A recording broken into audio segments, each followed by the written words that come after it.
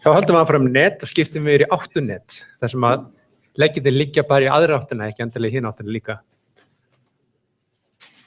Það er ennþá vandamál með þennan skjá hérna. Ég held ég við neyðist til að taka hann af og hafa hinn skjáin best í tali við 10 og 10.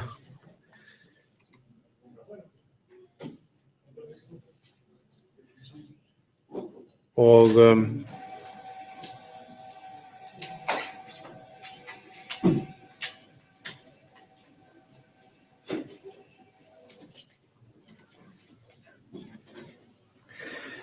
sem sagt, við ætlum að skoða samskonar aðferðir fyrir 8 net eins og fyrir óáttu net.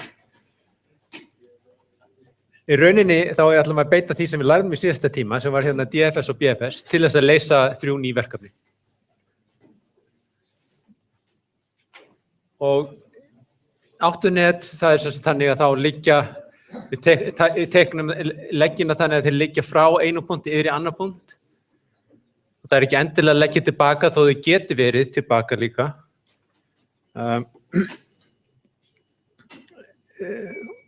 Við tölum að hnútur hafi inngráðu, það er fjöldi leggja sem liggur inn í hann. Þannig að þessi leggur hérna frá 7 yfir í 6, hann liggur inn í hnútin 6. Útgráðun er það fjöldi leggja sem liggja út frá hnútnum. Tölum 8 leið frá einu hnúti yfir í annan, eins og hérna frá 0 yfir í 2. Af því að leiðin fylgir 8 leggjana. Eins og hérna, hún liggur í þess áttuna, þessi leið. Meðan að það er hægt að teikna leiðir sem liggja í netinu, þar eru ekki, fylgja ekki endilega þeim leggjum sem 8 leggjana. Þannig við á 8 leiðum þarna á milli. Og þá er þetta hérna, þessi 3, þetta er dæmi 8 rás, því að leiðin liggur svona í hring. Það er svona 8 net komið við sögu í allavega helmingi tilfella fyrir net. Svona veganet er gott dæmi. Þegar við erum með einstefnu vegi, þetta er vantarlega í New York, Manhattan, að þar sjáum við vegi eins og hérna þessi Late Street hérna, liggur bara í aðra áttuna. Og kannski margar af þessum götum. Hérna er annað dæmi úr vistfræði. Þetta er svona fæðunet, þar sem að við erum með tegundir sem hnúta og það er 8 leggur frá einni tegundir í annað ef svo fyrri borðar dýra af seinni tegundinni. Það áhugaverði er að í svona fæðunetum getum við stundum haft jafnvel rásir, 8 rásir. Það sem A borðar B sem borðar C sem borðar A. Þetta er blogg, pólitískt blogg, skipt í demókrata og repúblikana. Vefurinn er gott dæmi þetta, hver vefsíða er hnútur. Linkar eru jú 8 leið til að fara frá einni vefsíðu yfir aðra vefsíðu. Og yfirleitt eru ekki leggur sem liggur tilbaka. Rafrásir, það er með svona hvað kallast þetta? Gate, hlið, sem taka við vírum inn og senda síðan vír út. Það er fyrir að gefa hvað er inntak úttak. Þannig að hérna er annað gott dæmi, þetta eru forkröfunet, hvað ætlum við þetta? Þá erum við til dæmis með námskeið sem hnúta og það er leggur frá námskeið A yfir námskeið B ef þú þarft að hafa tekið námskeið A til að geta setja námskeið B. Ef svo A er forkröfan fyrir námskeið B.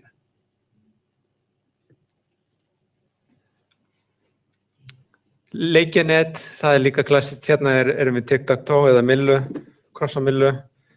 Þar leggurinn frá einni stöðu yfir aðra stöðu ef þú getur komist í þá stöðu, seinni stöðuna út frá þeirri fyrri og í leik eins og þessum þá er engin leið til að komast tilbaka aftur. Þannig að þetta verður þá 8 net sem myndast úr þessu. Við getum haldið að þetta geti verið 8 tré, en við getum oft fengið sömu niðurstöðuna bara með því að leika á 2 mismunandi vegu. Þá þetta dæmi svona órásað áttanet, af því að það engin átturás í netinu. Allar leiðirnar, áttuðu leiðirnar liggja niður á við. Hérna annars konar áttaneta sem við erum með allar á móti öllum keppni. Keppendurnir eru hnútar og það leggur frá A yfir B ef B sigraði A. Þetta þessi listi sem við vorum með, eða allavega hluta þeim lista sem við vorum með hérna síðast. Þessi áttum okkur á því að margt af þessu sem við séð í rauninni áttunet.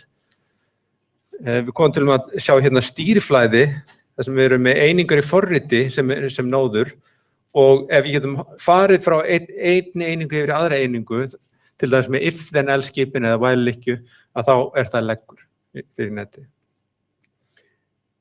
Object graph, þú ert með hérna hluti, það eru nóðurnar, og ef hlutur með bendi og annan hnút, tilvísun í þann, annan segi ég, annan hlut, þá það leggur þarna á milli þeirra.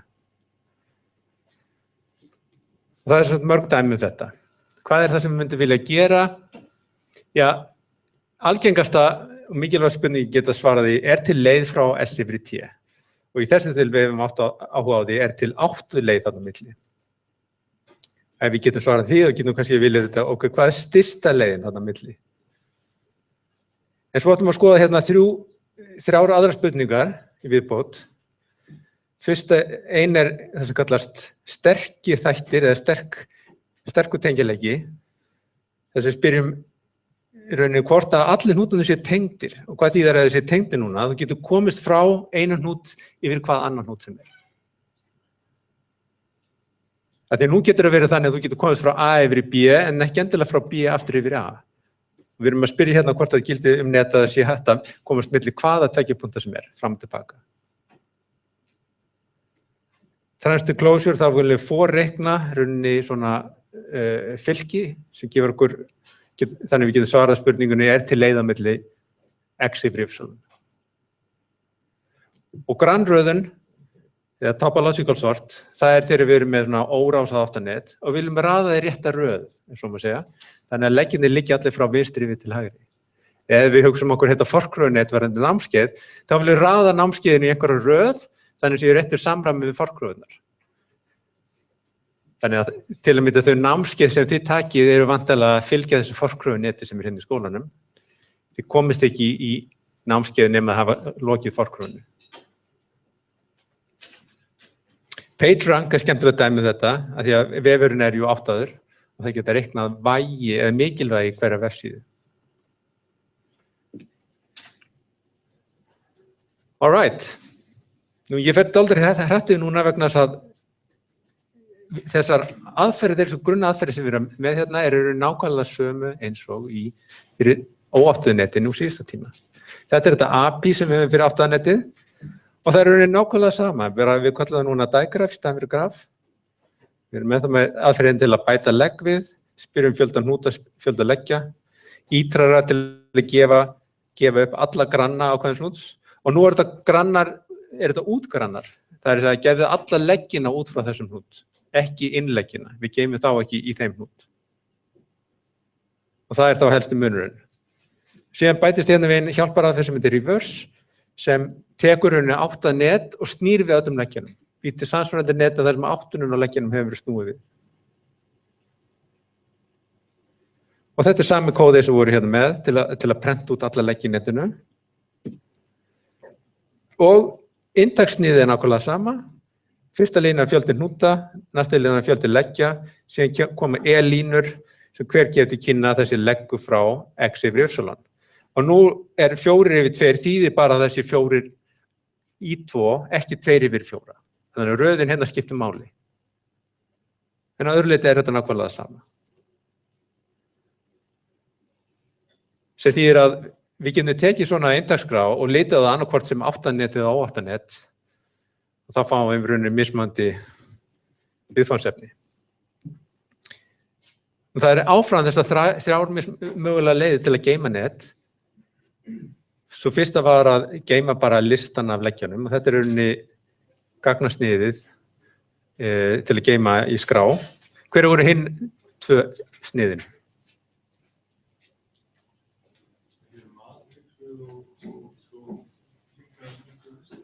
Já, matrissu, grannfylki og líka sem lista.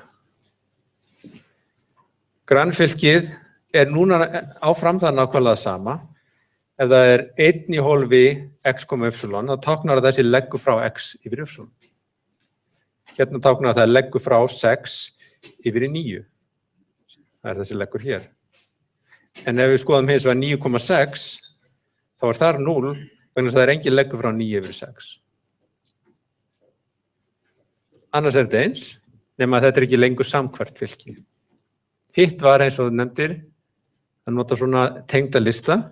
Við erum með fylki yfir alla hnútana, fyrir hvern hnút gefum við til kynna hverjir eru grannar hans, útgrannar hans. Þannig að út frá hnútin 0 til dæmis, þá koma þessi 2 leggir, leggur yfir 5 og leggur yfir 1. Og þeir birtast yfirleitt ekki neinni sérstakri röð. Við lítum á þetta svona póka, þar sem er engin sérstakur röð á stjókunum. En þetta er nákvæmlega sama sniðið og rauninni kóðin er líka nákvæmlega svo sami. Svo næstu því, kallum þetta digraf, einu munur núna sá, þegar við erum með að bæta legg við, þá bætum við bara við í aðráttina. Það fer núna bara inn í grannlistan, leggurinn vaff yfir 12 vaff, fer núna bara yfir grannlistan hnútsins vaff. Og hér komum við ekki hinn vegna þess að hann liggur ekki í hinn áttina.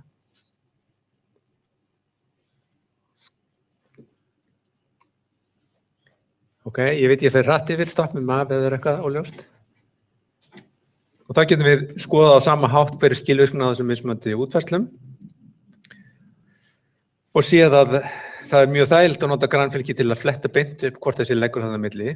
En oftast þá erum við vinnið þetta þannig að við ítrum yfir alla hnútana sem liggja út frá einum ákveðin hnút. Þannig að það er þetta hérna sem skiptir máli. Þetta er réttur hlutfalli við útgráðu hnútsins að skoða alla granna hans. Og það er betra heldur en í tilfellinu fyrir grannfylki. Og það gildir áfram þessi sama regla að flest raunveruleg fylki eru mjög rýr. Og þess vegna fókusum við hérna á þessu grannlista útfærslu. Og þá er spurningum leitaraðferðir og hvernig förum við förum nú í gegnum þessi net.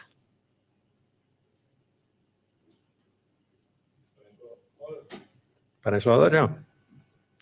Akkurat. Við getum vilja spurt út frá ákveðnum hnúti, í hvaðan hnúta kemst ég út frá honum. Og núna getum við bara fyllt 8 leggjanum. Við getum fyllt þessum legg, út frá honum þessum hér, þá sitt ég fastur þar. Ég get haldið hérna eitthvað aðeins áfram. Og hingað, og hingað. Þá kemst ég greinilega ekki lengra. Það er vegna þess að þetta er akkurat það svæði sem við við komumst í. Við höfum áhuga á að finna út frá ákveðnum hnút í hvaða aðra hnúta kemst ég. Og þær aðferðir sem getur notað í þetta er einfaldlega DFS. DFS út frá ákveðnum upphafshnút. Og það er nákvæmlega sama aðferðin vegna þess að þessi aðferðir virkar jafnvel fyrir áttunet. Við byrjum að þessum upphafshnút, merkjum hann, síðan heimsækja alla granna þess hnút sem ekki hafa verið merktir. Köllum endurkvæmt á DFS fyrir þá hnúta. Og ljúkum bara það líkur rauninni þegar við erum búin að komast í alla hnúta sem ekki hafa verið merktir. Og kóðinn er þess að nákvæmlega eins. Einu munurinn sá að þetta tekur núna einn digraf í staðinn fyrir graf. Og hinn hlutin af þessu líka, þetta var til þess að finna leiðirnar. Það er að finna leið frá einum ákveðnum hnúti upphafshnúti yfir í hinn á hnútana. Og þessi kóði líka nákvæmlega eins, nefnum að nú kalla þetta digraf í staðinn fyrir graf.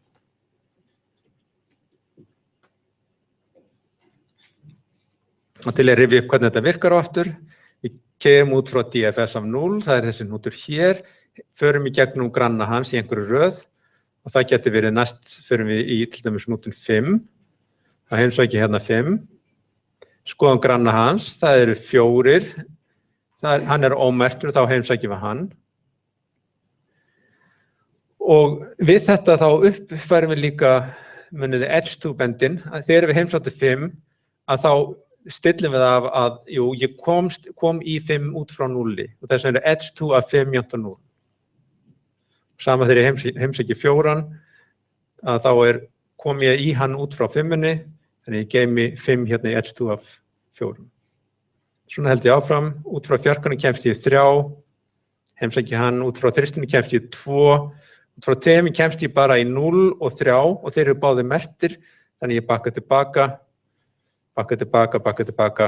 og lokum bakka allar leiðina upp í 0 og 0 hefur 1 granna í viðbót sem 1 sem hafði ekki verið merktur, þannig ég heimsæki hann. Þannig í lokin ég búin að merkja alla þessa núta sem ég kemst í út frá 0 og ég búin að gefa til kynna raunni þetta tré sem hérna sýnt með dökkum línum hér, sem samsvarar hvernig heimsótt við komum til núta. Ok.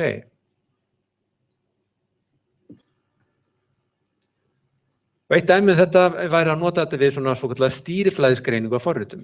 Þá myndum við net þar sem að, einfaldast var kannski að líta á það að væri hver setning, hver skipun væri einn nútur. En rauninni getum við líka haft það sem kallast grunnblokk sem rauninni ef við erum með nokkra skipanir sem bara í röð. Ef það ekkert if then eða likki eða neitt slíkt og þú fær bara, ef þú endurtekur þetta alltaf í réttri röð, ef við til dæmis með margar svona gildisveitingaskipanir, þá getur alveg slítið á þetta sé bara ein blokk. En út frá henni getur til dæmis gert svona if then setningu og þá kemst í rauninni 2 mögulegar áttir eftir hvort við á. Og þegar það likkja, þá það líka óhjákvæmilega einhvers konar lykkjustrúttur. Og það sem menn gera í þýðendum meðal annars, það að greina forritið út frá svona reachability neti, eða stýriflæðisneti og gera síðan könnun á því hvað eiginleika hefur þetta. Til að mynda einhver kóði sem aldrei notaður, kallast dead code. Ef svo þá eðlilegt að flagga það og merkja það sem eins konar villu. Annað væri það að það væri hægt að kanna hvort það sé óndan lykkja hérna. Ef það engin leið til að komast út úr einhver ákveðnu svæði, þá greinilega eitthvað að þeim kóða. Annað dæmi ruslasafnunin, munið því. Hvernig fer Java að því að taka til hjá sér? Jú, af og til þá þarf hann að keyra þennan ruslasafnara og það sem hann gerir, hann býr til eins konar net. Hver hlutur sem hefur verið búin til hnútur. Og eins og sagði, það ef hann heldur tilvísun yfir annan hnút, þá það leggur á milli þeirra, 8 leggur. Og það sem við áhuga í hvaða hluti get ég komist í út frá þessum uppafskildum. Og þá restin, þar sem ég kemst ekki í, það það sem ég get hent. Og þá hérna einföld aðferð sem mjög gömul, frá 1960, þegar að Lisp-forðunmál var þróað, þetta höfundur höfundur þess, John McCarthy, sem kom með þessa hugmynd, sem sagt, að þú byrjar á því að þú með eitthvað ákveðið safna breytum. Þetta þessar staðværu breytur, eða það sem á keyrslustaflanum, heldur. Og út frá þeim kemst þið yfir í aðra breytur, það sem á kössinni. Það sem við erum búin að allokera menjú. Og þú, í allar þær breytur það merkir, ok, ég kemst í þetta. Ná heldur áfram, rekur þið gegn í allt sem þú kemst í. Þú ert í rauninni að gera DFS út frá öllum þessum hnútum sem semst á keyrslustaflanum. Og eftir situr þá í minni eitthvað af hlutum sem hafa ekki verið merktir. Og þeir hlutir þá rusl. Þannig fyrir þetta þá þarftu einn auka bita fyrir hvern hlut til að gefa til kynna hvort það sé búið að merkja hlutinu ekki. Og svo náttúrulega flóknar aðferðir sem reyna að byggja á þetta, reyna að koma í veg fyrir að þurfa að fara í gegnum allt minnið í einni umferð og svo framvegis. En þetta svona grunnhugmyndin, í rauninni að baki mörgum þessum aðferðum. Þannig að DFS leyfir þér að gera ótrúlega margar hluti og við eigum eftir að sjá núna rauninni það sem eftir er þessu fyrirlestri, hvernig við getum breytt í örlítið til að gera meira þess að töluvert meira. Þannig við ætlum að leysa þetta hér og þetta hér og þetta hér á einfaldan hátt og þetta hér. Það er mikið að gera. Sama með BFS. BFS líka virkar eins og aðferð fyrir áttuð net og virknin nákvæmlega eins og ekkert með meira það að segja.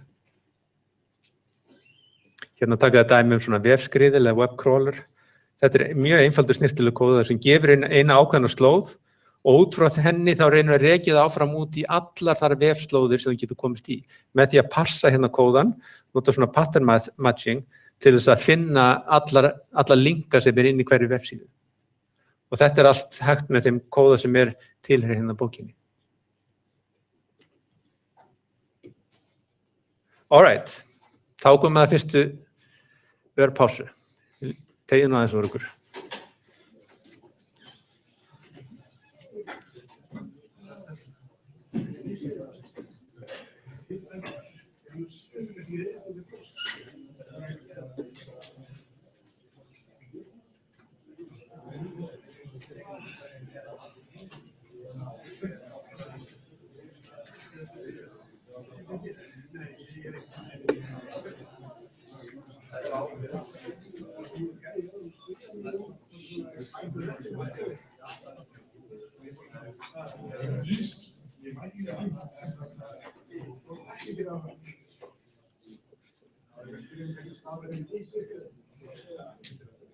Nokkurn veginn á þessum tíma í fyrra þá tók ég nokkrar áhugaverðar glósur eftir þessa heiðurskonu af því að hún dó akkurat í byrjun október í fyrra og hún var mjög áhugaverður karakter, mjög kjaftfor og gerði líka óspart grín að hvað hún var dugleg við í svona, hvað kallast það, plastic surgery, lítaðgerðir, já. People say that money is not the key to happiness, but I always figured that if you had enough money, you can have a key made. Svo gerum grín að sjálfum sér. I have flabby thighs, but fortunately my stomach covers them. I'm celebrating, þetta var áttræð, my 80th face.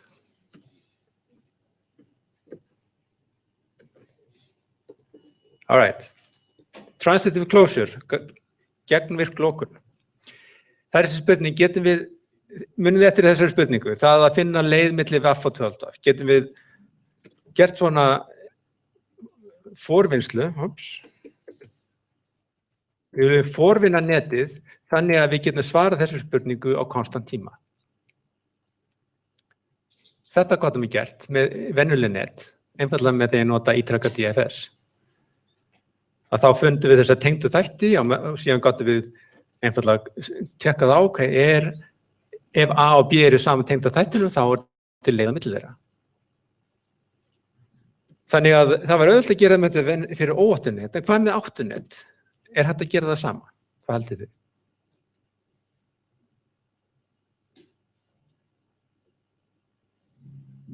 Akkur ekki?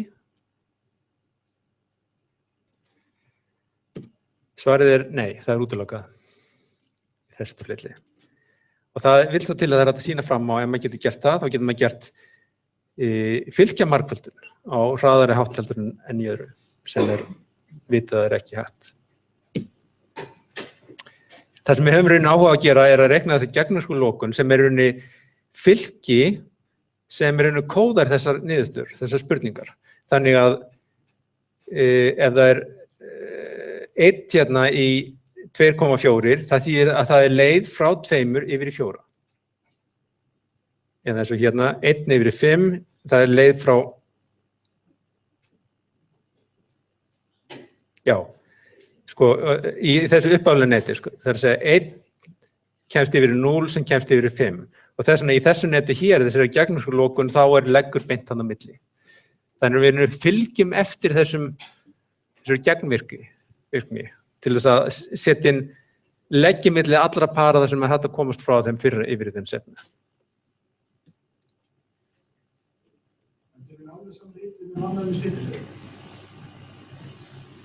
Já, þú er búin að setja inn shortcut, já, akkurat.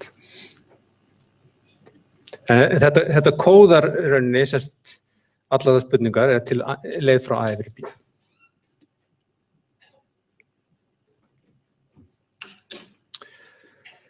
All right, getum við gert þetta? Getum við gert þetta þá á n í öðru reiknitíma? Því að til þess að fylkið á stærðinni n í öðru, ekki satt? Þetta n sinnum n fylki. Getum við reiknað þetta fylki þá á n í öðru tíma? Þannig við getum svarað þessu spurningum. Hvað haldið þið?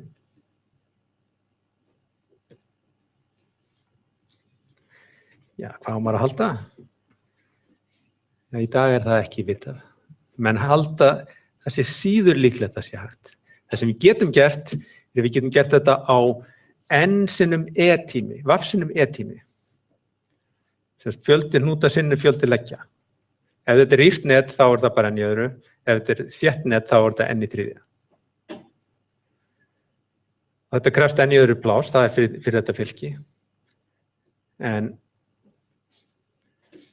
já, ég búin að svara þessari spurningu. Þetta já hægt og það auðvelt að gera þetta vegna þess að við getum bara keyrt DFS einu sinni fyrir hvern hnút og þá fáum við línuna fyrir í þessu fylki. Það getur, sjáðu. Þessi lína hér, hún gefur til kynna í hvaða hnúta kemst ég út frá núlinu. Ég kemst í hnútin 0, sjálfum sig, 1, 2, 4 og 5. Ég fæ það með því að keyra DFS einu sinni, það fæ ég alla þá núta. Þannig til að reikna þetta fylki, þá þarf ég bara að keyra DFS á 0, keyra það á 1, 2, 3, 4 og 5. N sinnum, eða vaff sinnum. Búðum á. Þetta getur við ekki sparað þessum tíma með því að ef þú keyrir DFS á 0 þarna, og þá fær ég 6 sem í 14 sem fyrir 5. Já. Og þá getur skráð að finna sér, endapunktur með þrýst á gjöfnum og unnið hann tilbaka, þannig að við færum ekki hvern einasta punkt að við erum búin að skrá fyrir 5. Þetta góða punktur, já, væri ekki hægt að einhvern veginn að nýta þessa hluta niðurstöður. Við erum búin að fá ákveðnar upplýsingar hvað hægt að gera, eins og hérna, til og með þetta ég sé búin að reikna,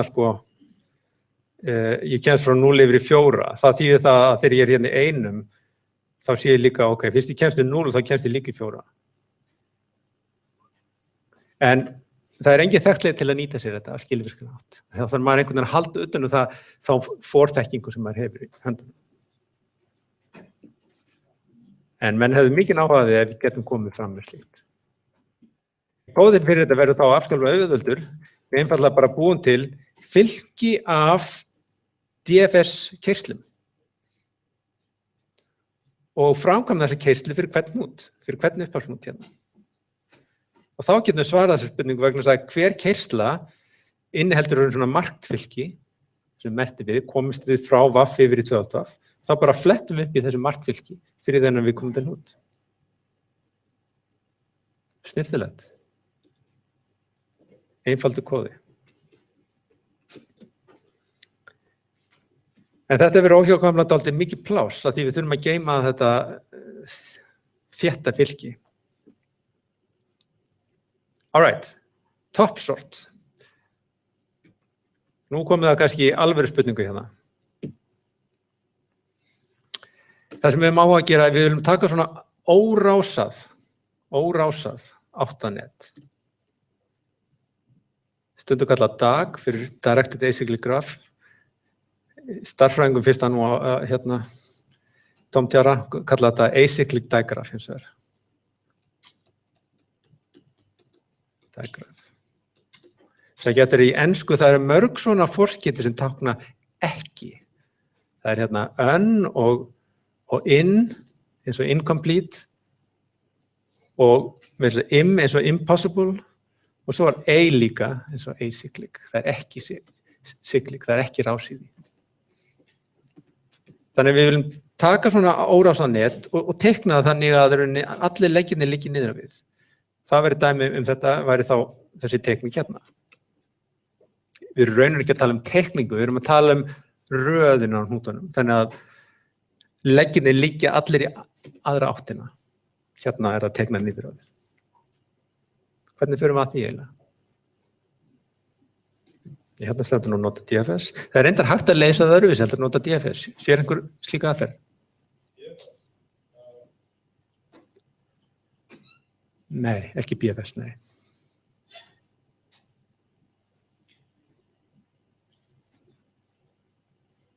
Engin.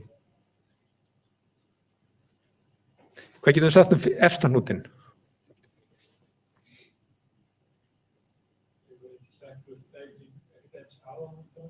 Það leggur inn í hann, já.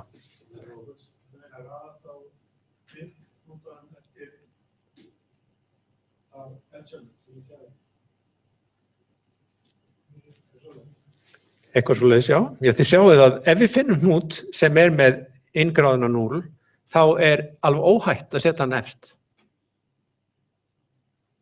Og þá sjáum við í restina af netinu, þá hlýtur líka að vera til einhver hnútur sem inngráðuna 0. Þegar við erum búin að eyða þessum út. Þá getum við sett hann efst.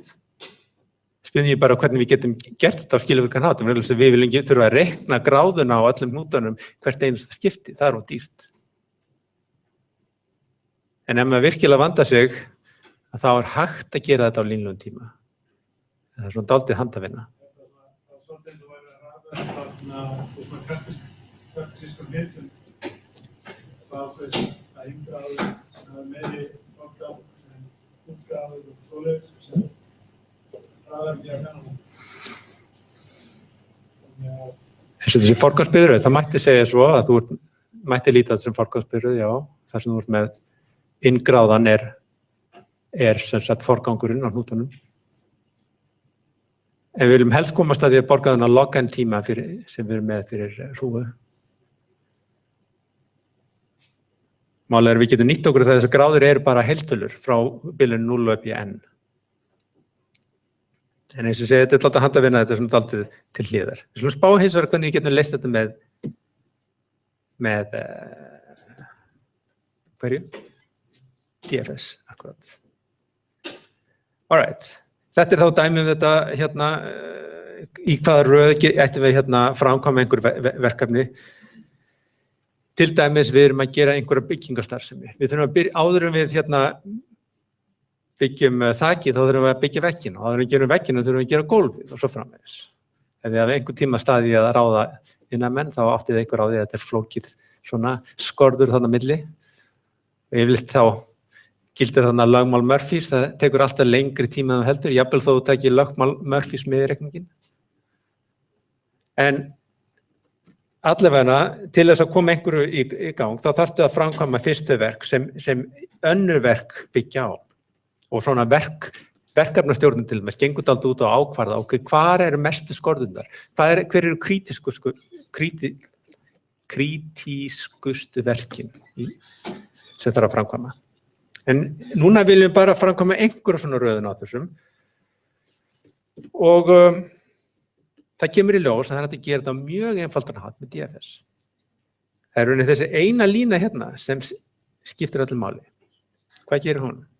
Jú, það sem við höfum áhuga á að raða hnútunum í öfugri röð eftir því hvenær DFS kláraði hnútinn. Munið þið pre-order þegar þú byrjar að heimsækja hnútinn, post-order þegar þú ert búin að klára hnútinn.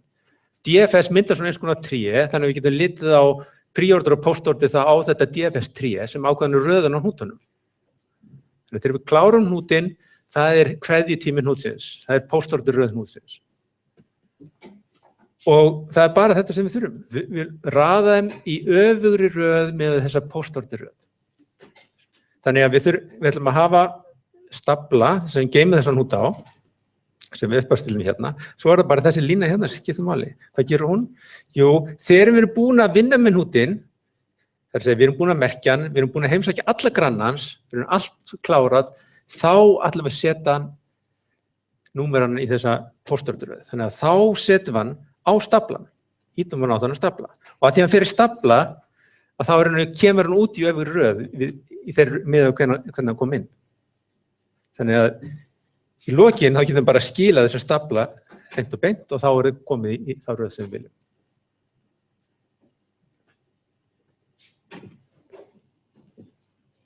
Alright, tökum svo dæmið. Við erum með þetta net hérna og við byrjum því að heimsækja hérna þennan hnút 0.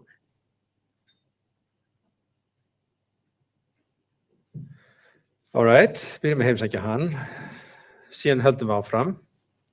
Frá 0 förum við niður í 1, nei, hvað ég gera núna? Þetta var 1. Við förum hérna yfir 1, já, heimsækja 1 næst, ok. Og frá 1 fer ég yfir í 4. Og frá 4 kemst ég í hvað? Ég kemst ekki neitt meira, ég búinn.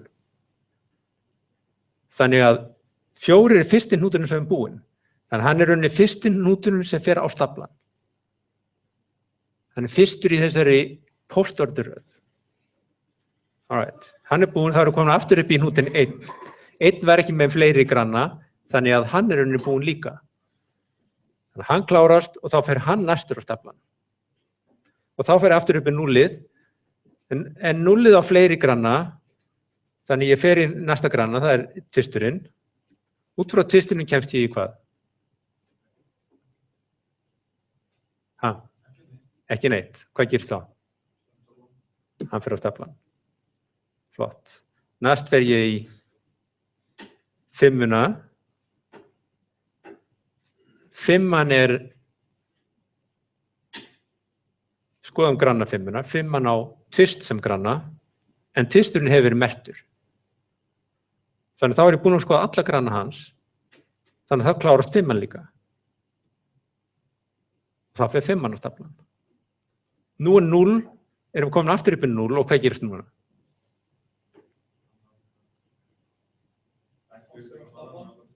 Akkurat, 0 klárast að því hann búinn að fara með alla granna hans. Hann fer núna á staflan. Ups, ég ekki búinn með alla hnútana, hvað gerist næst? Ég finn næsta hnút sem ekki merktur. Alright, sem þá 3. Ég tekka á næsta hnút, það 1, nei, hann merktur. 2, nei, hann merktur. Finn 3, hann ekki merktur. Ég heimsæki hann.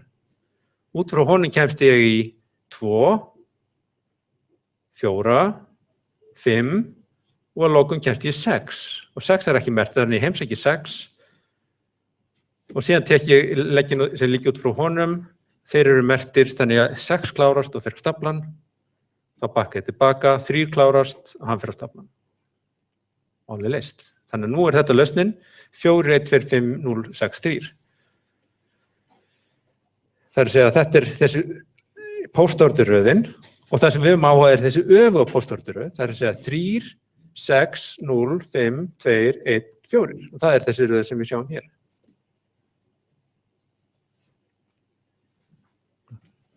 Ok? Þannig að þetta eru öll aðferðin. Það sem þurfum að geta haft á hreinu að geta rakið virknina á þessari reikniriti, átta okkur á því hvað póstorder og hvernig við finnum þessa grannröðin einfaldlega með því að nota öfuga póstorderröð.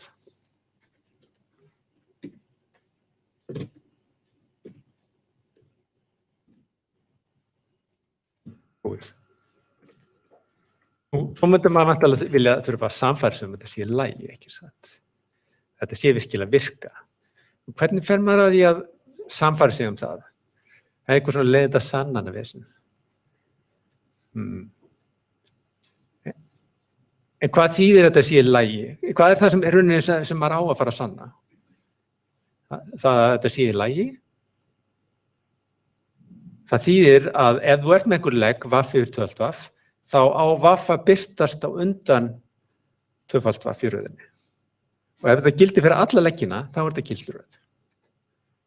Þannig að við getum bara samfært okkur um þetta, taka hvaða legg sem er, og athuga hvort þetta gildi ekki. Þannig að tökum þau tilfelli sem geta komið upp. Hvað gerist þegar við köllum á DFS á vaff? Það eru 3 möguleikar. Það búið að kalla með DFS á 2V og koma tilbaka aftur. Það búið að klára það. Það ekki búið að kalla ennþá á DFS 2V, það tilfelli nr. 2 og 3. tilfelli, það búið að kalla á það, en það hefur ekki klárast ennþá. Og skulum sjá hvort þessi tilfelli gangi ekki öll upp. Í tilfelli 1, það búið að klára 2V algjörlega. Það þýðir að 2V fór á staflan á undan VAF. Þannig í öfugri staflaröð, þá er þetta í góðu lagi. Það gott mál. Sætt. All right, hvað þá hitt? Það ekki búið að kalla ennþá á 2V. Hvað getum við þá sagt? Við vorum hérna í VAF-inu og 2V er hér og við erum að kalla núna á 2V, en 2V er ennþá hvítur, hann er ómerktur. Málið er að við klárum ekki VAF-ið fyrir við erum búin að klára 2V. Af því að við klárum ekki 2V fyrir við erum búin að klára alla hnúta sem ég kemst í út frá honum. Þannig að áður en VAF-ið klárast, þá klárast 2V, sem er í góðu lagi. Það þýðir að 2V fer fyrr á staflan heldur en VAF og kemur þau út í réttir röð. Okay. Og þá er bara þetta 3. tilfellið og það er það að DFS af 2V, það er búið að kalla á það, en það er ekki búið að klárast ennþá. En byrju, hvað þýðir það? Það þýðir ég kallaði einhvern veginn á 2V, sem kallaði einhvern annan, og það er einhver vinnsla í gangi, og í hluta þeirri vinnslu er að kalla hérna á VAF. Hvað segir það okkur? Það er rás, akkurat. Það er einhver leið til að komast frá 2V yfir í VAF. Það þýðir að rásinnetinu og þá er þetta ekki órásannet sem getur ekki gengið upp. Þannig að öll tilfellin ganga. Ok. Þá komið tími fyrir pásu.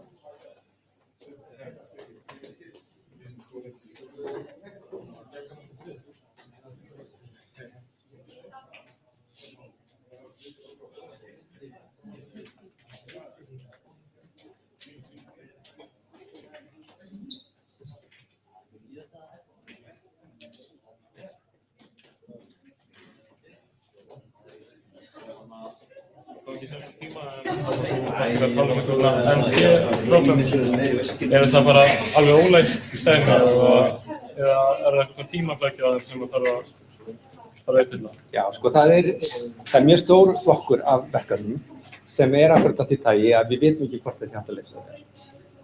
En þau öll skýrt að því leyti, ef við getum leyst eitt þeirra, við getum leyst það.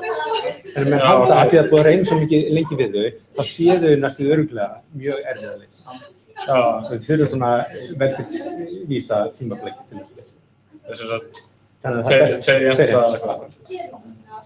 Já, ég er að pæla í þarna eitthvað svona graf þessum markvísum og þú veist, ég veit ekki, maður er bara að finna alltaf margar leiðir sko til að stytta sér smá sko, að maður hefði haldið að það myndi virtually þá ná að vinna sig að vera eitthvað svona hæfilegt sko, en ég samt aldrei búin að hugsa það svona alveg í gegn sko, en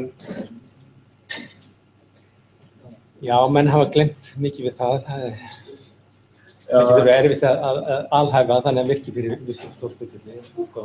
Já, en eins og ég hugsaði til dæmis að, þú veist, ef þú ert með eitthvað net, það er alltaf mikið af stórum hnútum að það getur tekið alla sem eru með sömu gráðu og flippa þeim. Þannig að allt sem þær eru tengdir við núna, og þá eru ekki tengdir við það, en tengjast þá hinu öllu í staðinn. Já, ég skil. Okay. Þannig að fulltengt net er alveg ótengt net. Og þá er, þú veist, auðvelt að sjá að það sé... Já, ef þú tekur allan hnúta sem er með sem er sömu gildi, sem er sömu gráðu og flippar þeim, já. Já, ef að síðan við þessa aðgerð að ykkur að gráður matcha ekki, svo að þú raðar eftir gráðu, að þá verður það að koma í ljós að þeir væri ekki þessu málfrika því að þessi sama aðgerð á nákvæmlega eins net væri. En já, ég var búinn að pæla í einhverju svona fram og tilbaka en ég var aldrei búinn að fara í gegnum því stafan. Ok. Það gott að glíma við það. Já, ég finnst stórvitum að finna ef það eru margir búin að vera að pæla í þessu heillengi að maður á að finna eitthvað. Já, það getur verið gott að fókusera eitthvað lítið til þess að maður getur segja alhæft eitthvað, en það líka allt í lagi að glíma þetta stóra ásjá. Já. Það eitthvað stingaður. Já. Hvað segir þið? Við erum að gera þarna S3 og við erum með range og við fáum rétt held í út af öll testunum, við fáum alltaf time limit exceeding. Og við erum recursive, fyllum alltaf range inn í set. Já. Og svo ef við finnum nýtt, þá erum við forleikið til að setja, þú veist, úr öðru setti yfir í hitt, bæta við settið okkar sem fengum úr þessu falli og skilum því svo upp. Hann bæti við hér sér í sitt sett. Við heldum að það sé það sem er náttúrulega mjög tímafrægt. Nú, já, þið með svona endurkvæmni og hverju þá búið til nýtt sett og samin yfir sett undan? Já. Við erum pæli, eitthvað svona callback reference eða eitthvað í Java? Sem að við heldum breytingunni þóttu förum tilbaka. Já, sko, ef þetta er breytanlegt fyrirbæri, eins og ég meina ef þið til dæmis með bara einfallega stafla. Ef þú sendir stafla inn í einhverju rútínu og síðan bætir við staflan, þá helst það til rútuleginu. Það er eins með settið. Já, það er eins með settið. Við þurfum þá ekki að vera að fylla inn í... Ef hann tekur inn sett og breytir því, þá breytist það varðan. Þetta er bara settið sem við varum að nota, þetta er bara sem við megum nota í fyrsta liðinu. Stór SET, hann ánefnilega ekki at all þessi sett. Já, þess að vera að gera því forleikur. Þetta er sett af point to d. Það er ekki tilhengt sem heitir at all með því, þetta er alltaf bókinni. Já. En ef við setjum... Sko, ef þú ert með einhverja breytu, þetta er einhver svona set, þá eru þau rauninni vísið í eitthvað sem geymir þetta er svona sambreyta. Og síðan sendur þetta inn í einhverju rútínu og þetta hérna er call by value. Þú breytir aldrei þessu gildi hér. Nei. En þú mátt breyta því sem að... Og það gerist, þú veist, já. Við þurfum ekki að segja eins og í C++ að þetta sé call by reference og við vinnum breyta svo það. Þú þurfum ekki að senda inn bendi. Já. Eða er það bara default í Java og ert alltaf að senda inn bendi í velli? Þú ert alltaf að senda bendir. Já. Ok, bara prófa. En það er spennum hvort þau þurfið sett, sko. Ég meina, þurfið ekki bara að hafa einfalda lista? Er þetta ekki bara póki af einhverjum hútum? En við vorum bara ekki að lista þetta einu sem okkur datt í hug bara þegar það stóð yttur og aftur út úr þessu. Vissum að við vorum búin að skila setti annars þegar við þá getur það svona kringa listu. Array-list, Nei, ekki nota úr Java, notiði það sem er hérna á bókinni. Það sem við hefum notað. Vektor líka. Vektor líka úr Java, já. Myndið við erum með póka, bak. Það er mjög einfalt til þess að bara... Við skiptar við engum máli. Það er ekki útfært í Java. Það er hlutar lagri í bókarinn. Já, bókarinn, já. Þegar ég importið saman.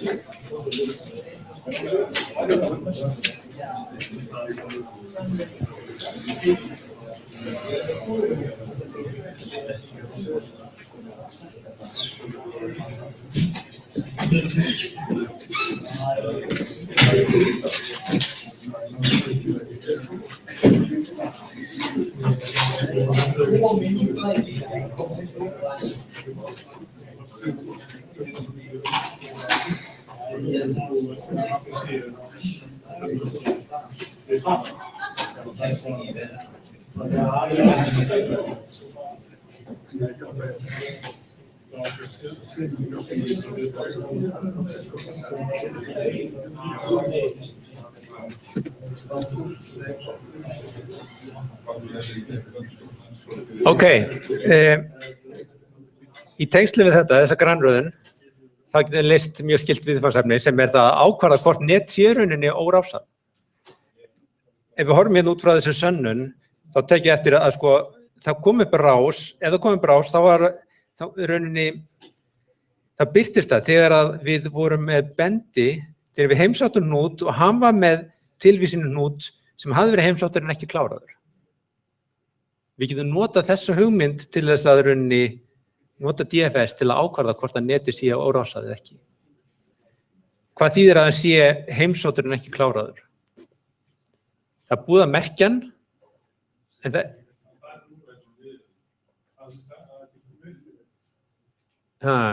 Já, þú komur upp fyrir þig, akkurat. Þú ert raunin á staflanum, þessu keyrslustafla, þessum endurkvæmni stafla.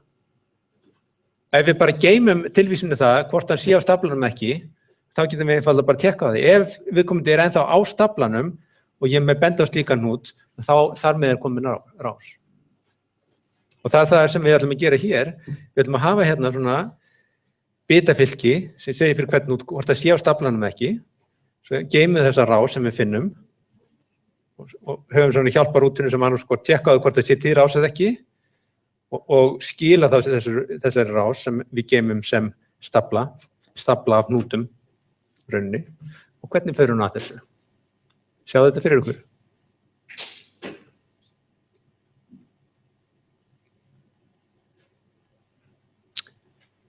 Það sem við viljum gera er að tekka á því hvort það sé einhver leggur frá nýlega heimsáttum hnút yfir hnút sem er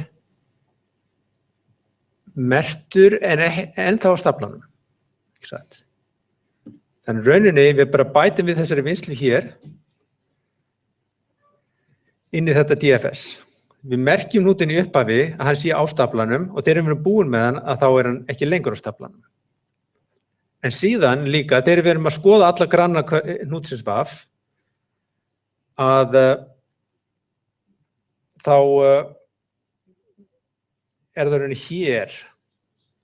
Semst ef hnúturinn er merktur, er ekki þannig að sé ekki merktur, en hann er á staflanum, þá er rás til staðar.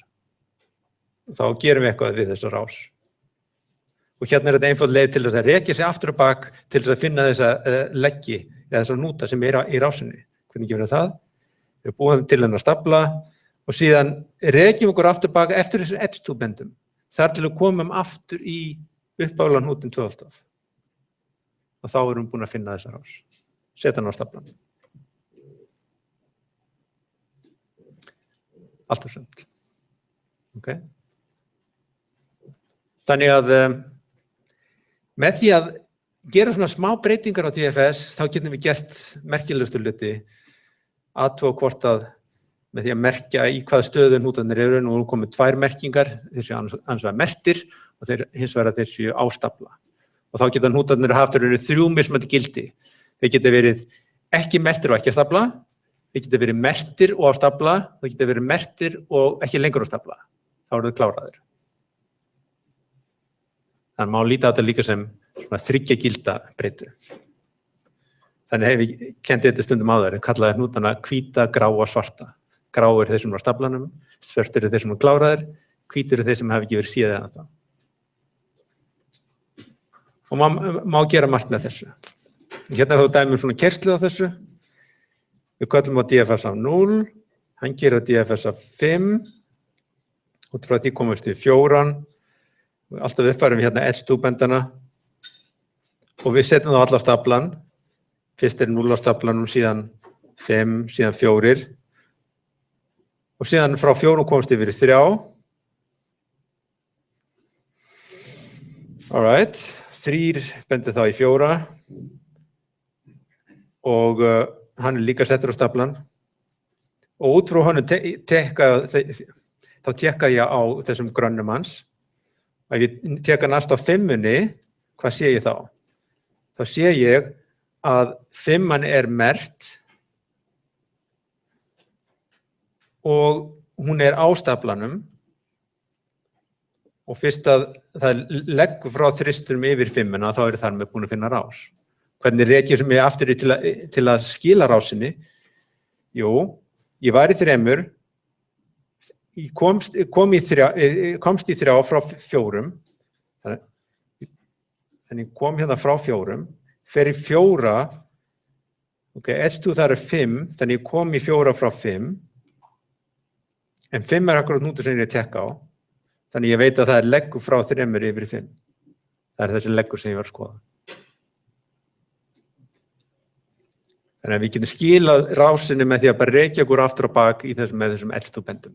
Þetta jú þannig að ef við lítum á þetta sem svona kólstafla, þá erum við að finna hérna hnútinn vaff og við vorum að finna þarna einhver annan hnútur sem á staflanum. Og S2-bendarnir virka þess áttina ekki sett. Þannig að ég get fylgt þeim eftir til að finna út hnútinn 2 alltaf.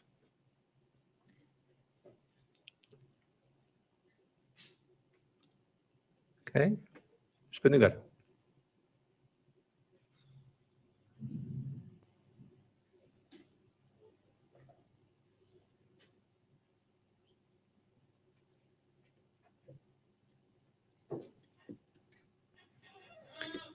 Þetta kemur svo í ýmsum stöðum, til að mynda tekkar Java á þessu, ef við ætlum að erfa eða þetta útvarsla eða extend, jú það að erfa, já. A erfi frá B, B erfi frá C, C erfi frá A, þá kemur þýðingavilla, cyclic inheritance. Þannig að koma rás í sem erðum. Annað dæmi í Microsoft Excel. Ég geti farið hérna upp í staði sem heitir Show Formulas og þar finnið þið akkurat circular references. Þannig að hún sjálfkrafa tekkar á því, ef þið sláðu svona inn þessar 3 formúlur hér, þá þessi formúla með unnum tilvísinu B1, þessi yfir í þennan hér og þessi yfir í þennan hér. Og þá skilur hún þessari villu.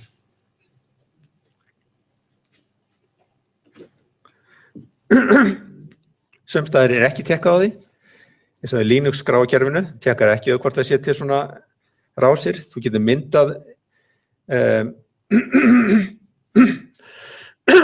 svo kallar symbolic link, þannig að b.text ásennst að vera annan nafn fyrir skrána a.text og c.text annan nafn fyrir b.text og a.text annan nafn fyrir c.text og hún alveg tilbúin til að leyfa þær að gera þetta svona.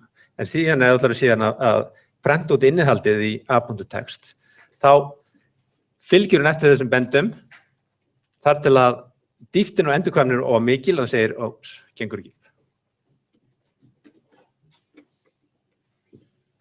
All right. Þetta var toppsort. Það var bara eitt eftir. Sterkir þættir. Ég fara dálítið hratt í gegnum þetta.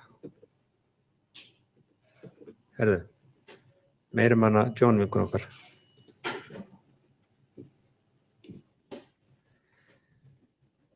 Þú segir hún gaman að gera grína sjálfur sér. My breasts are so low now, I can have a mammogram and a pedicure at the same time. Okay. It's so long since I've had sex, I've forgotten who ties up who. A man can sleep around, no questions asked, but if a woman makes 19 or 20 mistakes, she's a tramp. Svona lífið.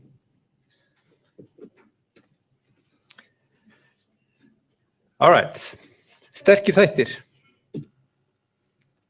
Það sem við viljum áhuga geta svarað, eins og við sagði þarna áðan, hverjir eru tengdir hverjum og sterkur þáttur það sem allir eru tengdir öllum öðrum.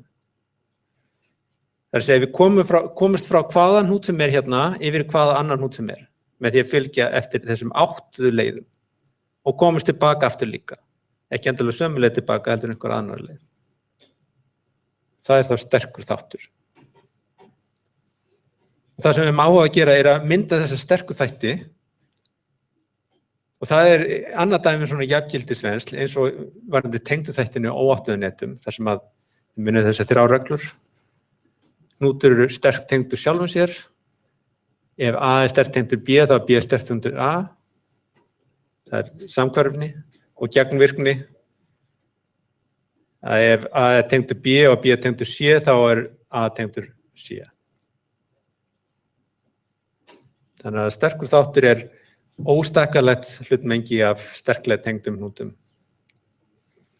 Þá hérna dæmum í þessu neti hér að þá erum við með þessa 5 sterku þætti. Af því að þessum hnút hérna til dæmis, við komumst frá 6-unni yfir í til dæmis 0-ið, en við komumst ekki aftur tilbaka. Við komumst frá 6-unni yfir í þetta hér og hérna úr þessum þætti yfir í þennan þátt hérna, en við komumst ekki aftur. Og það má líta á þetta sem eins konar órása net, sko. Hérna þetta með 7 og 8 saman, það tengir síðan yfir í 6. Það tengist líka yfir í þetta 9 til 12 og 6 tengist líka yfir í það og síðan þetta með þáttinn 0 upp í 5 og hvoru tveggja af því tengist þangað og síðan á lokum það tengist síðan 1 ásinn. Þetta kallast stundum condensation af þessu 8. neti eða svona samþétting af því. Nú spurning með hvernig það skiljið þetta. Nú þetta til dæmis verið prófspurning sem ég gengi út á. Segjum við séum með leið eins og þessi hérna. 0 tengist yfir í 1, tengist yfir í 2, yfir í 3, yfir í 4. Hvað eru margir sterkir þættir í þessu neti?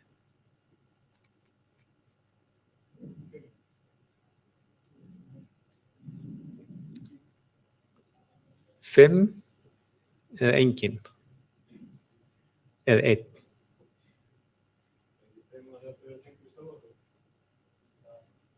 Akkurat. Þetta spurning með stærðfræðilegar skilgreiningar. Hver hnútur getur verið sterkur þáttur? Og hérna það þannig að hver einasti hnútur sín eigin þáttur. Ef ég hins vegar bætti við þessum legg hérna, 4 yfir 1, hvað núna með marga sterka þætti? Akkurat. 0 eftir, en þessir hérna hafa allir myndað 1 þátt. Ok. Við reynum að skilja hvað sterkur þátt táknar. Svo hitt að reyna að finna það er svona mál. Hérna dæmi fleira svona sterk tengd net. Hérna þetta einfaldasta dæmi, þar sem við bara með þennan staka hnút. 2 sem tengist hvort öðrum. Hérna þetta með svona 8 rás. Hérna með skemmtilega svona 2 rásir tengt saman. Þetta sem þú kallast gleraugu. Þetta tengist líkist dálítið svona flæðinetum eða kannski meira vefneti, kannski ekki á fyrirtæki. Þannig að þetta heimasíðan og þú ert með tengla úr mörgum af þessum laufum aftur upp í heimasíðuna. En að öðru leyti virkar þetta eins og tré.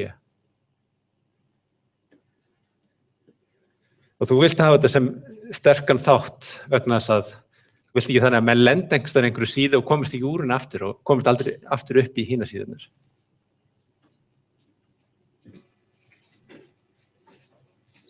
Og þá séum við þessi tengslan á milli þessara, það að vera tengdur þáttur í venjulegu neti og sterkur þáttur í svona 8. neti.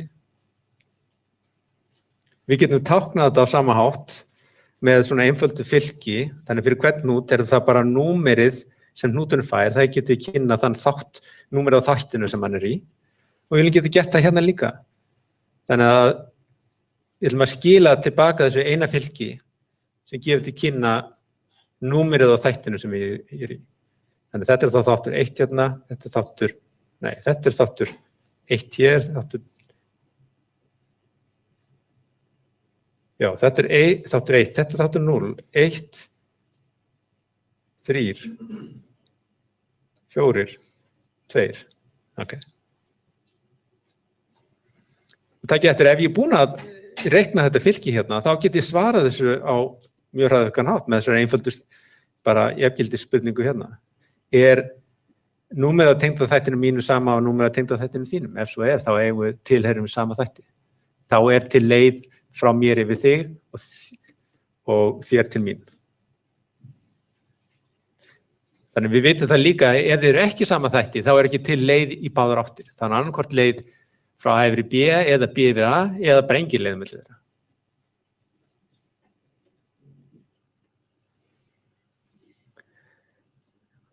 Og eins og þið getið giskað á þá kemur þetta við sögu mörgum stöðum. Þetta til dæmis dæmi úr forritunarhönnun. Vegna þess að við lítum á þessar módula sem nóður og dependency það að einhver módul þurfi aðra módulu. Þannig að þessi módul hérna, hann þarf þennan módul hér til að virka rétt. Og þá leggur frá þessum fyrri yfirliðan seinni. Það sem við viljum oft gera að reyna að brjóta forritið upp í einhverjar einingar sem hanga vel saman. Það tala cohesiveness og connectivity og eitthvað fleira og það gefur henni til kynna að það sem virkilega þétt tengt að það eigi að mynda einhver eina heild. Þannig að reglan oft þessi svo að pakka saman þessum sterku þáttum saman. Það jú það sem það getur þá stundum þýtt óháð restin af netinu. Það allavega, það þarf ekki endilega endur því allt annað. Og þá getur við notað þetta líka til þess að bæta hönnunina á forritunarkerfinu út frá því. Og þeir eru hérna með einhver dæmi eins og kerfisköll í Apache, vefþjónunum Apache. Þetta víst vefþjónn frá Microsoft held ég, aðeins flóknari. Og þetta er þessum klassísku viðfangsefnum. Stúdíu fyrst á 7. áratugnum og ýmsar svona praktíska aðferðir sem komu upp. Fyrsta aðferðin sem við gefum upp, sem tók línulega tíma, var akkurat með DFS og eftir Bob Tarjan sem svona höfundi þess að nota DFS til að leita marga hluti.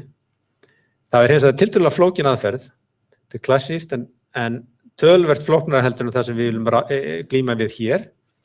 En þetta var mjög gott dæmi hvað þessi aðferð almenn og nýtist til að gera marga hluti. Það sem við ætlum að skoða í dag þessi aðferð sem við kennt við Coseraggio sem það skemmtilega sagði kringum, hann var að kenna þetta í tíma og gleymdi glósunum sínum og fór þá að reyna að finna lausnina sjálfur og í leiðinni þá þróaði þessa nýja aðferð.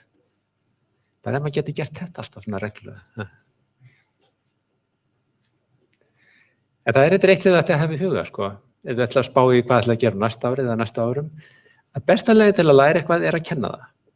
Það þetta neyður maður til þess að læra það virkilega vel, en maður líka það að þurfa að útskýra það, þýðir að þá fær maður aðra sýn á það, heldur en ef maður bara að taka móti því.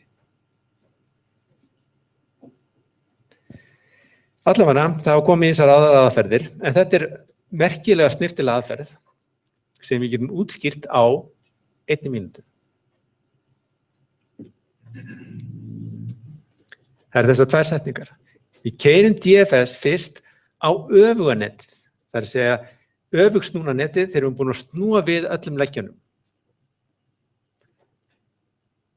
Og þá reiknum við reverse post order á þá keyrslu. Síðan keyrum við DFS á þetta upphaflega netið en skoðum hnútana í þeirri röð sem var gefin eftir fyrstu línunni. Og þá skilar þetta sér hvert kall skilar þá einum tengdu þætti. Hvert grunnkall í aðalrútununni skilar einum tengdu þætti. Og við skulum sjá dæmi þetta.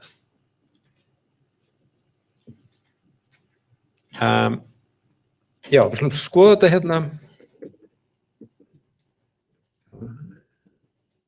Komum við með hana.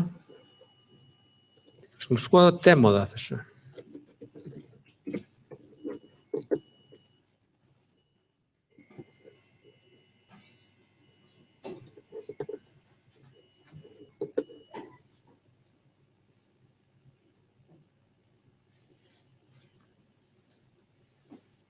Einhverju verkfalli? Hvernig þetta?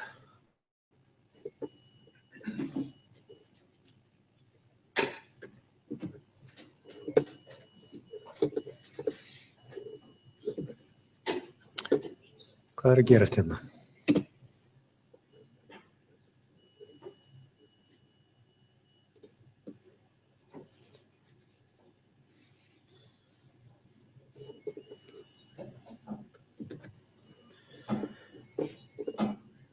Herðu, kannski við prófum bara að reyna að finna þetta. Við getum kannski reynt að rekja okkur hérna áfram. Þetta var akkurat muniði, þetta er annað net sem við erum með hér. Nú ætlum við að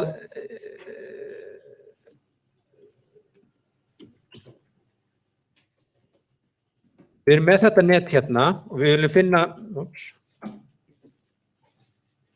þetta er upphaflega netið okkar og við viljum finna sterku þættina í því. Og við byrjum á því að snúa því við og fáum á þá þetta net hér. Það getur. Leggjum allir viðsnúnir. Nú keyrum við DFS á þetta og finnum öfugu póstortröðina út frá því.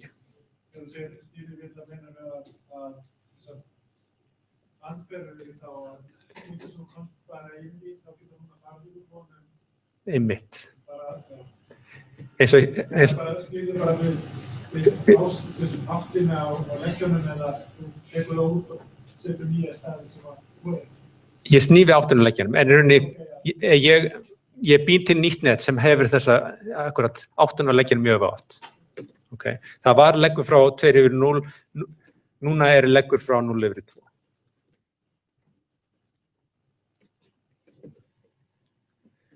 Er þetta eitthvað að fara að skila sér hérna?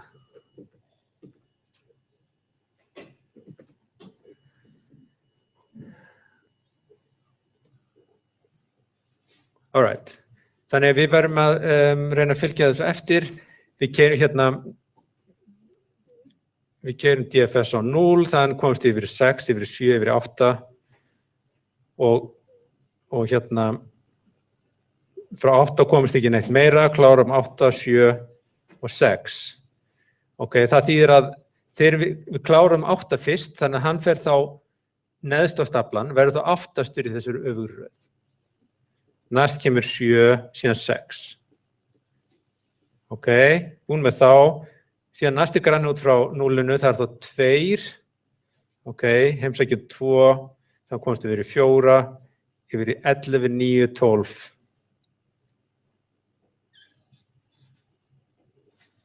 Og vantilega 10 líka. Og að lokum klárast 10, klárast 12, klárast 9, klárast 11. Við bökkum tilbaka hérna yfir í 4, þannig kemst ég líka í 5, þannig kemst ég í 3, segi ég. Í 3 kemst ég ekki neitt meira, 2 var þegar hérna á staflanum, þannig að næst klárast 3. Síðan bakka ég tilbaka, klárast 5, klárast 4, klárast 2, klárast 0 í lokin og þá var bara 1 hnútur sem var ekki merktur í þessari upphaflegu keyrslu og það var þessi 1 ásinn hérna. Og þá er þetta öfuga reverse DFS postorder röð á hnútanum á viðsnúna netið.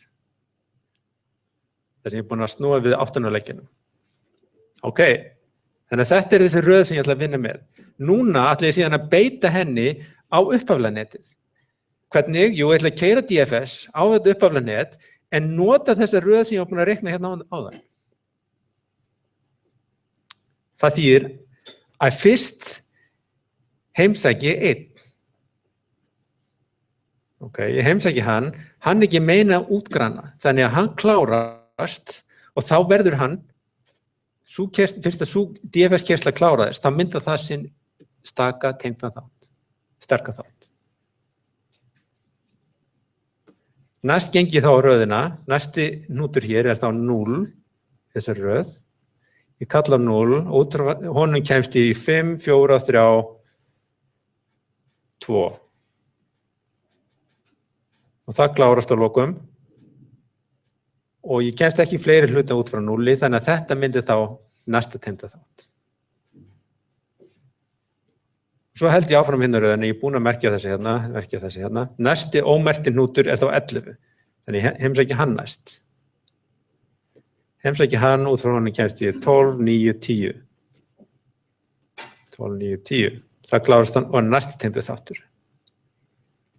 Næsti hnútur röðin er þá 6. Það kemst ég ekki neitt meira nema bara í þessa merkta hnúta. Þannig að hann tengdur þáttur, sterkur þáttur og lokum kemst í 7 og það yfir í 8. Það þá síðasti sterkir þáttur. Já, sjá hvort það bíómyndi sé komin. Hún ekki að vera að skila sér. Hún gerir nokkuð það sem við erum að gera hér. Þetta nú alla aðferðin og það sem ég vilja fá út úr þessu að þið getið rekið okkur í gegnum þessa leið, áttað okkur á hvað að gerast þarna, segja hvernig maður fer á því að rekna þetta í höndunum.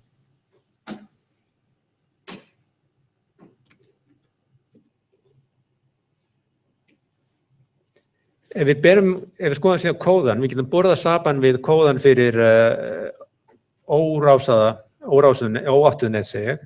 Þetta var kóðun til að finna tengda þætti, CC, Connected Components. Það var sem sagt þessi einfalda DFS-rútína. Það var síðan yfirrútína sem kallar ítrekkað á DFS í þeirri röð sem hnútandi birtast. Finnum næsta ómerkta tengda hnút og kallum á DFS. Og síðan svona hjálparstef hérna til að tékka á því, ok, eru 2 hnútar tengdir, þar sé hafa þeir sama þáttanúmerið. Þessi nýja aðferð alveg ótrúlega lítið breytt. 2 línur. Það sem rauninni breytist hérna þessi röð, í hvaða röð förum við gegnum hnútana. Í staðinn fyrir að taka hnútana frá röðinu 0 og upp í n-1, þá tökum við þeirri röð sem þessi fyrsta DFS-keyrsla skilaði sér. Og öðru leyti keyrslan nákvæmlega eins. Og þessi fyrsta DFS-keyrsla, hún kallaði einfaldlega bara DFS á þetta viðsnúnanet. Málið dautt.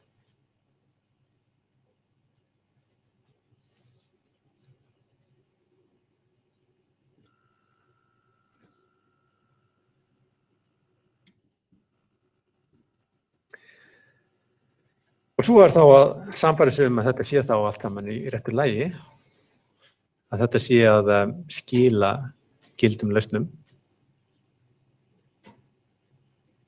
Og hvernig förum við að því? Það er kannski ekki útýrt að ég held í því skilja að þá ræðar við þannig að byrja það sem er tengslu líka frá. Já. Það byrjar umstrætið, sko. Já. Það lokast þær grúpur fyrst. Það er akkurat þannig, já. Við tegnum hérna áðan þetta net hérna, þetta samþjappaða net hérna sem sameinast sem inniheldur alla þessa sterku þætti og takið eftir við byrjum rauninni á þessu eins og kallaðum öngustræti, þessum neðstan úti hérna. Og næst klárum við þann sem hér. Og síðan þessi hérna, síðan þessi hér, og síðan þessi hérna. Og það er akkurat það sem þessi fyrsta keyrsla skilar okkur og skilar hnútanum akkurat í þessari röð sem við viljum skoða og þannig sem við klárum alltaf neðan frá.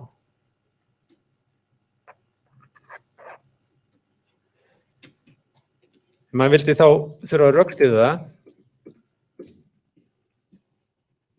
Og gallinn ég búin að steingleyma þessari sönnun. Ég ætlaði að vera búin að rifja þetta upp. Þannig ég er ekki viss að ég geti endurtekið þetta á skiljanlegan hátt. Bara sannum bara nýtt.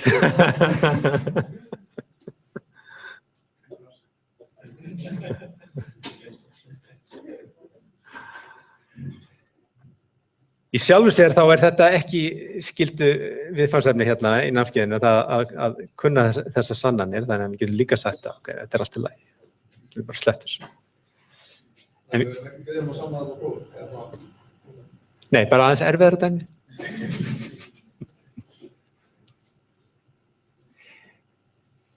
Nei, það einu sannan sem gæti orðið að prófið, það er einföld þrepasönnun. Það er smá möguleiki.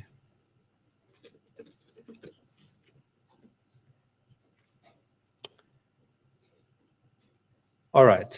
Jú, við hljótum að geta rekið okkur í gegnum þetta. Það sem við þurfum að geta sýnt að ef tveir hnútar eiga verið saman sterka þættinum, þá þeim skilað sem hluta sama hóp. Og hins vegar, ef þeir eru ekki í sama sterka þætti, þá eru þeim ekki skilað í sama hóp. Alright. Þannig hérna ætlum við að sýna það að ef T og S eru sterklega tengdir, þar sé ef þeir eiga að vera í sama sterka þættinum, að þá er T merktur þegar við köllum að DFS af GF,S. Já, akkurat, sem er það sem við viljum. Þegar við keyrum að þannig hnút hérna S, að þá heimsækjum við alla þá hnúta sem eru sterklega tengdir S. Þannig að þeir lenda allir í sama hóp sem eiga verið í hópnum. Svo í seinna dæminu, það gildir þau öfugt. Ef þeir eru merktir sem hluta sama hóp, þá eru þeir allir sterklega tengdir. Ok, T er sterklega tengdur S, þannig við erum hérna með eitthvað S og eitthvað hérna T og það er einhver leið hérna á milli og einhver leið hérna tilbaka. Ok, og við köllum á DFS hérna á þennan hnút hérna. Nú það þýðir að við komumst í S frá T, fyrst eru sterklega tengdir. Þannig að ef við vorum ekki búin að heimsækja T áður, þá getum við heimsótt það núna og þess vegna merkt hann. En byrju, ef hann var heimsóttur áður, þá hvað?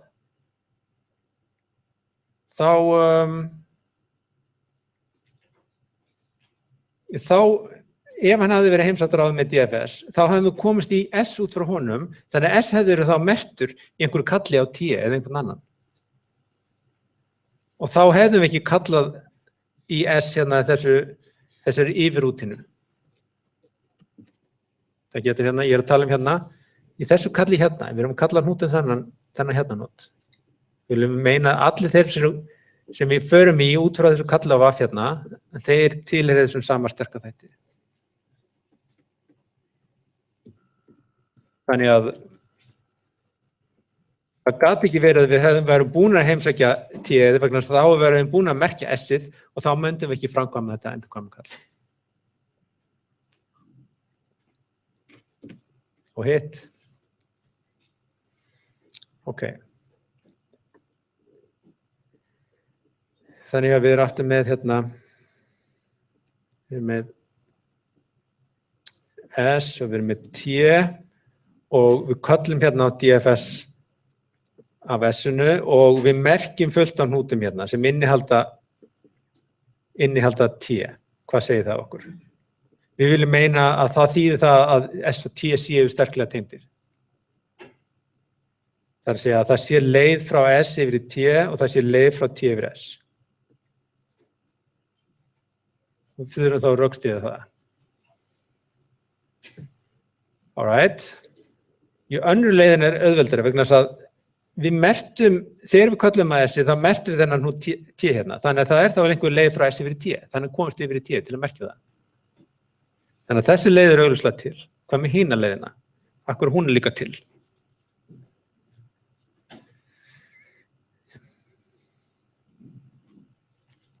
Jú, að því við notuðum hérna reverse post order, það þýðir það að T var búinn á undan S-inu. Þegar við keyrðum DFS á viðsnúrunarnetið. Þá þarf maður að skoða það möguleika sem geta komið upp.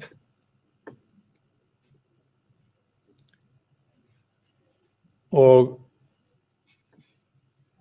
það þýðir rauninni það að ef maður skoða þessa möguleika að þá finnum maður það að eina leiðin að það geti gerst er að það sé leið frá S yfir í T í þessu viðsnúrunarneti.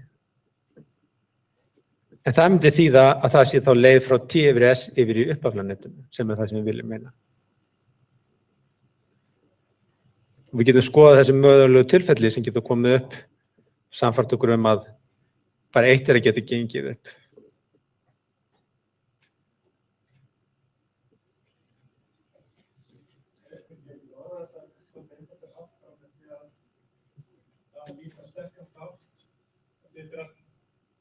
Sterk þáttur, þá var allt í einni hnútu. Já. Að einu tilvíku þegar þú víslar þáttum á neti og þú heldur sömu hnútu, það er ekki sterkna. Samur áttunum fætt, snýrði þetta sem við. Já. Þegar áfram sama þáttur þar. Hins vegar með nokkuð sterkar þætti, þú víslar áttunum, þá kemst ekki að milli. Kemst ekki til milli, já. Það aðskilta með það sem heldur sem sagt tengingunni, það sterkur þáttur. Og það sem missir það sem sagt skilja milli.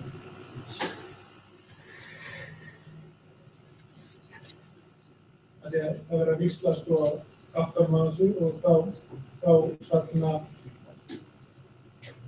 í báðum tilvikum þá helst rásinn alveg en síðan þú komst snúsum við þá er tekinn kannski taka og myndi það myndi sterkur það. Það gaman að átta sig, finnið ykkar leið til þess að átta sig á þessu, vegna þess að þá fann maður til hvað þetta var sniðugt að gera þetta akkurat svona, hvernig maður nýtir það að við erum að nota þetta reverse post order fyrir þetta öfugsnúrarnet sem stór klók hugmynd. Heyrðu, þetta nú eiginlega öll þessi reiknir sem ég ætla að taka fyrir í dag. Ég var að taka eitt dæmi til þess að sýna eitthvað. Eða þetta nóg á þessum dæmum?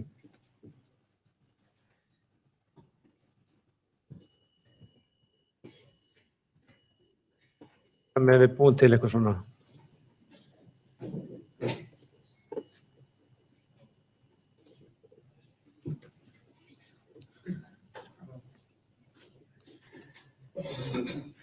Hvað með ef við búin til eitthvað svona net?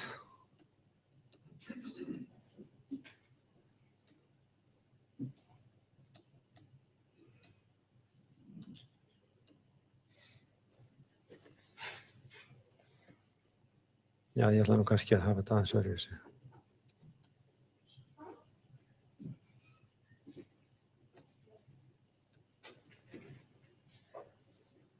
Ef við kannski æfum okkur aðeins í þessu. Við ætlum að finna grannröðun á þessu neti hér. Ok, hjálpaði mér nú. Hvað gerum við fyrst?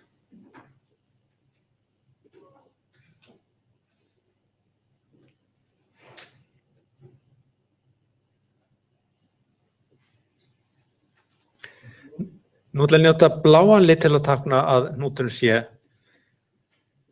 heimsóttur en ekki kláraður. Okay. Og síðan rauðan lit, eða grænan lit yfir að hann sé líka kláraður. Þannig að já, í upphafi þá byrjaði ég að keyra DFS á 0 ekki satt. Þannig ég heimsæki hann. Hvað svo? Því ég kemst ekki neitt annað þá kláraði hann.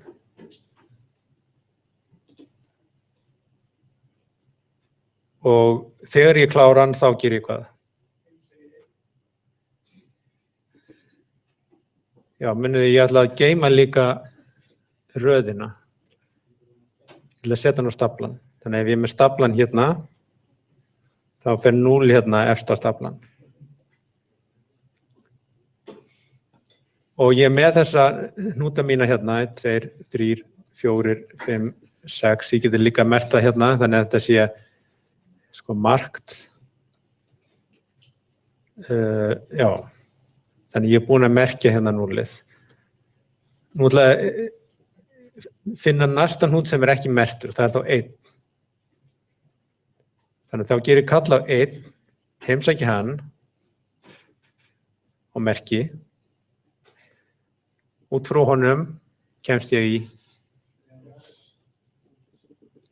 3. Hann er ómerktur, þannig ég heimsæki hann, merki hann. Út frá honum kemst ég í 2, hann er ómerktur. Út frá honum kemst ég í 5, hann er ómerktur. Út frá honum kemst ég í 0, en 0 er þegar merktur. Þannig ég kemst ekki meira á hvað gerist núna. Þannig baka tilbaka, ég klára þannig hérna. Þannig að þessi klárast, hann fer þá á staflan við að klárast. Fer aftur í 2 og 2 klárast, hann fer hér. Ég baka tilbaka, 3 klárast og 1 klárast. Og svo finn ég næst hnút nummer 4.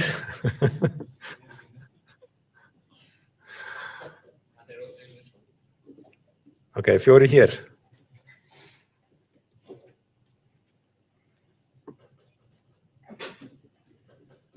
Þannig að 4, hann heimsóttur og kláraður. Það mertur. Og að lokum, einu ómerkti hnúturinn þetta 6, ég heimsæki hann og merki, ég glemdi að setja 4 staflan líka þegar ég kláraði hann, og síðan klára ég 6-una og það fer þá eftir staflan. Og þá þetta rétta röðin, eða þessi röð sem ég skila hérna. 4 getur henni færið inn hvar sem að því að hann ekki andstæður neinu öðru. Þannig ég fæ þessu röð 6, 4, 1, 3, 2, 5, 0. Fyrir þess að hnúta hér þá það rauninni eina röðin vegna við sjáum 6, 1, 3, 2, 5, 0 svona ein keðja. Þannig að það bara ein gild grannröðin á þessu.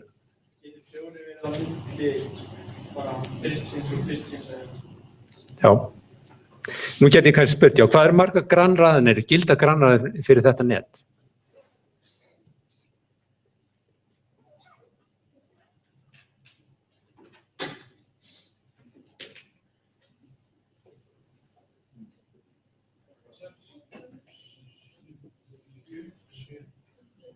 Sjö, gott. Við sjáum að þetta hérna, þetta eina röðin sem gild fyrir þessa keðju hérna, en þessi fjarki hérna getur farið inn hvar sem inn í þessa keðju. Bæði undan þeim fyrsta, inn á milli og eftir þeim síðasta. Og það eru 7 mögulegur staði til að setja stinganum inn. Þannig að það eru 7 svör hérna. Ef við erum með net eins og þetta hérna,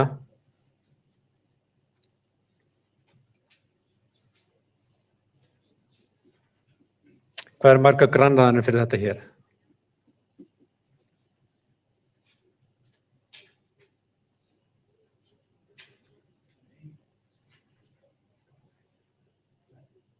Nei, ekki ein. Svo númer þá.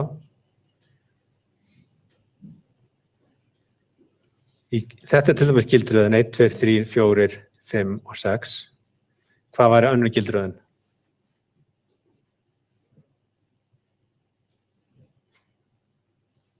Come on. Þið skiljið hvað þetta þýðir, það ekki? Fyrst og fyrst og 5 og 6. Akkurat. 1, 3, 2, 4, 5, 6 væri önnur gildröðin. Síðan getur líka svissað á hérna 6 og 5, fáum svona. Og síðasta væri svo að svissa þeim báðum. Já, ok. 2, 3, 6, 5. Þá erum við komin með 4 mismundarraðina. Það rauninni 2 möguleika hvernig við gerum þetta og 2 möguleika fyrir þetta hér.